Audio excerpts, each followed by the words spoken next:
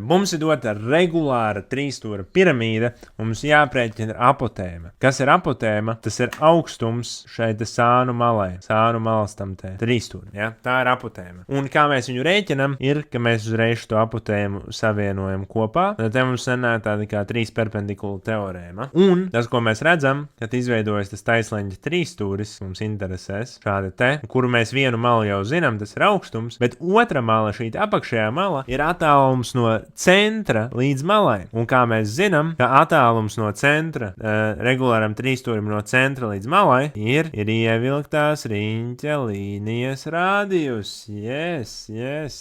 Tātad šis būs mazais R. Ja, un ja mēs gribam aprēķināt šo apotēmu X, tad mēs varētu uzrakstīt šo Pitagora teorēmu. Tajā zaļajā taisleņa trīsstūrī, kur katete kvadrātā būs katete kvadrātā, būtu hipotenūze kvadrātā. Viena katete mums ir ievilktās riņķa līnijas rādījus, otra katete ir augstums, un tad ir tā apotēma, ko mēs gribam izrēķināt. Un tad, ja mēs samainām tās te puses vietām un izvēlkam kvadrātsakni, tad mēs dabūjam formulu regulāras piramīdas apotēmai, kur tad apotēma būs ievilktās riņķa līnijas rādījus, kvadrātā būs augstums kvadrātā, un no tā ir jāizvēl kvadrātsakne. Augstumu mēs zinām, bet mums ir ievilktās riņķa līnijas rādījus jāizdomā. Ja? Tad apakšā mums ir šāds te vienāda malu trīsstūris, un tad mēs zinām, no formula lapas, mēs varam aprēķināt regulāra trīsstūra augstumu, un pēc tam no augstuma mēs varam ievilktās riņķa līnijas rādījus. To arī mēs darām. Tad augstums būs mala reiz sakne no 3 dalīts 2. Šajā gadījumā mala ir 6. Saīsinam augstums sanāk 3 saknes no 3. Un tad ievilktās riņķa līnijas rādījus ir 1/3 no augstuma. Ja 1/3 reiz